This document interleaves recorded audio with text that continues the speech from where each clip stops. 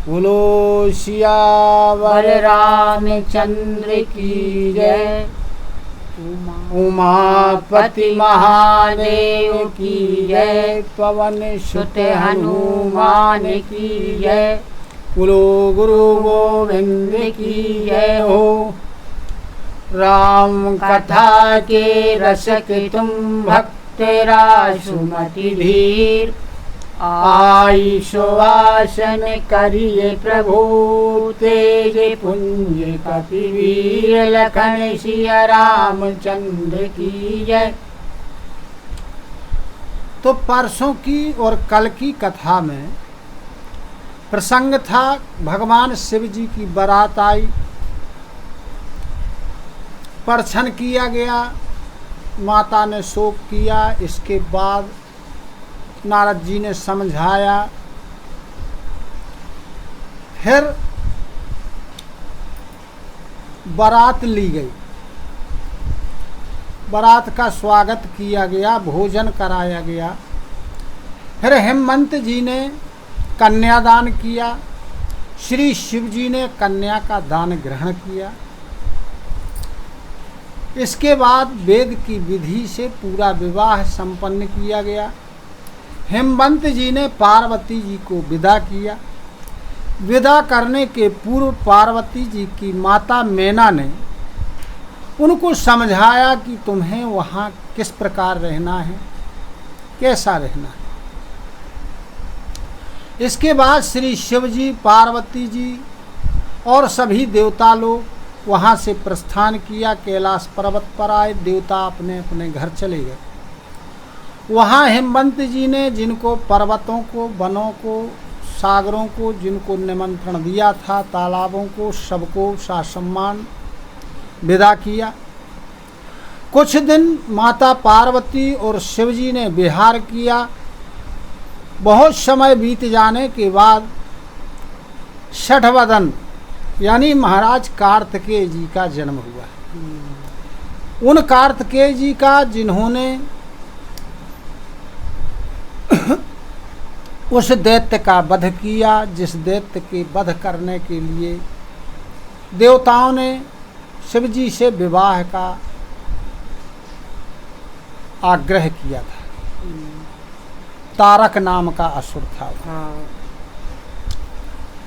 अब और कुछ दिन बीते। एक दिन क्या हुआ कि श्री शिव जी अपने हाथ से मृगशाला बिछा करके बरगद के वृक्ष के नीचे बैठ जाते हैं। माता पार्वती जी ने देखा कि शिव जी बड़े प्रसन्न चित्त बैठे हुए हैं। अतः माता पार्वती जी उनके पास गई। शिव जी ने वाम भाग में उन्हें आसन दिया बैठने के लिए। और माता पार्वती जी को अपने पूर्व जन्म की कथा याद आ गई। जब ये सती के जन्म में थी तब क्या हुआ था ये उन्हें याद आ गया। तब ये कहती हैं अपने पति शिव जी से कि आपका जो यश है ये तीनों लोकों में विदित है। अब आगे क्या पूछ रही माता पार्वती जी शिव जी से, ये आगे प्रसंग है। प्रभु समरथ सर्वज्ञ शिव सकल कला गुण धाम। जोग ज्ञान वैराग्य निधि प्रणत कल्प तरु काम। लखन सिया रामचंद्र की जय। कहने लगी कि हे प्रभु, आप समर्थ हैं, सर्वज्ञ हैं, सबका कल्याण करने वाले हैं और सभी प्रकार की कलाओं के धाम हैं। आप ज्ञान, वैराग्य और योग इनके भंडार हैं। निधि माने भंडार। और शरणागतों की रक्षा के लिए आपका नाम कल्प वृक्ष के समान है। कहती हैं माता पार्वती कि जो मोह पर प्रसन्न सुख राशि जानिए सत्य मोहि निज दासी, तो प्रभु हरहु मोरे अज्ञाना, कही रघुनाथ कथा विधि नाना। कहने लगी कि हे प्रभु, यदि आप मेरे ऊपर प्रसन्न हैं तो मुझे सही में यानी सत्य में अपना दासी समझिए।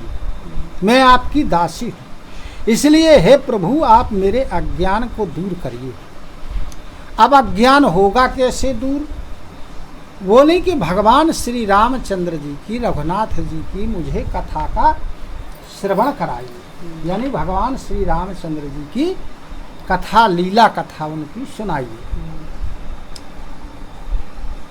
जासु भवन सुर तरु तरत होई, सही की दरिद्र जनित दुख सोई, शशि भूषण यश हृदय विचारी, हरहु नाथो मम मति ब्रह्म भारी। कहने लगी कि जिसके घर में कल्प वृक्ष हो वह दरिद्रता का दुख क्यों सहे? हे चंद्रमा के भूषण, हे प्रभु, हृदय में ऐसा विचार करके मेरी बुद्धि में जो भ्रम है उस भ्रम को आप दूर करिए। प्रभु जे मुनि परमारथवादी, कहीं राम कहूँ ब्रह्म अनादि, शेष सारोदा वेद पुराना, सकल करहीं रघुपति गुण गाना। कहने लगी माता पार्वती जी शिव जी से कि हे प्रभु, जो मुनि लोग हैं परमार्थ के तत्व को जानने वाले, वह कहते हैं कि भगवान राम ब्रह्म है, यह अनादि है, ना इनका कोई आदि है और ना कोई अंत है।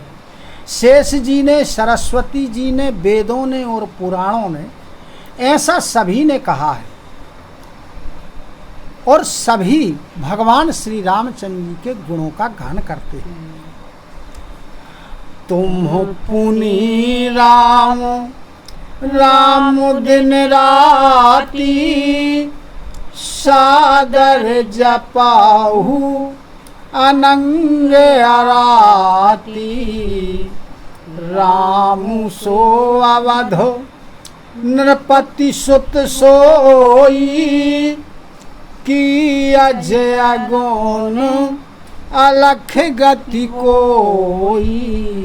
अभी भी माता पार्वती जी को भ्रम है, कहती हैं कि आप भी राम राम राम राम दिन रात रटते रहते हैं और आदर के सहित रटते। हे त्रिपुरारी के शत्रु, त्रिपुर नाम का राक्षस था, उसके भगवान शिव शत्रु हैं, मारने वाले हैं। और काम, जो कामदेव है, कामदेव का नाम है एक अनंग, तो आप कामदेव के भी शत्रु हैं। हे प्रभु, वह राम राजा के पुत्र हैं, अयोध्या के राजा दशरथ जी के पुत्र हैं, या फिर ब्रह्म है, यानी अजन्मा है, निर्गुण है, अगोचर है, या कोई और राम है। अभी भी माता पार्वती जी को भ्रम है। जो नृप तनयता ब्रह्म किमि, नारी बिरह मति भोरी, देखी चरित महिमा सुनत, भ्रमत बुद्धि अति मोरी। लखन सिया रामचंद्र की जय। कहती हैं माता पार्वती जी कि यदि ये राजा दशरथ के पुत्र हैं तो ब्रह्म कैसे हो सकते हैं? अब ब्रह्म यदि होते तो स्त्री के लिए रोते फिरते हैं उनके विरह में।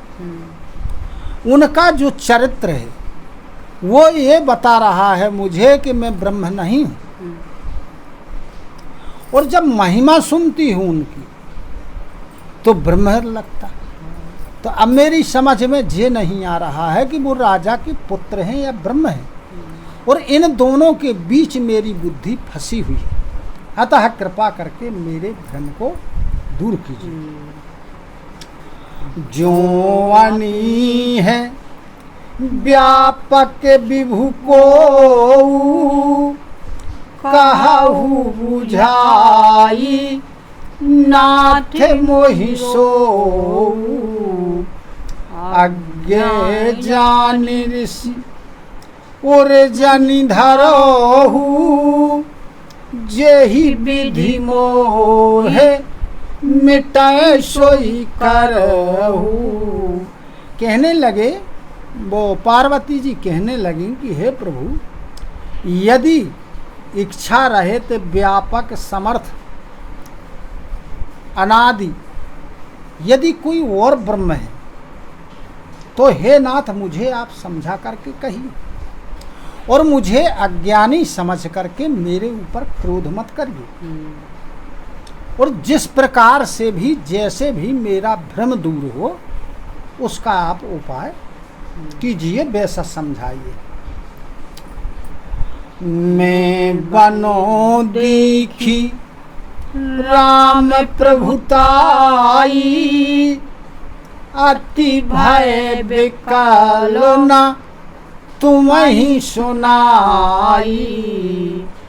तदपि मलिन मन बोधुनावा, सो फलु भली भांति हम पावा।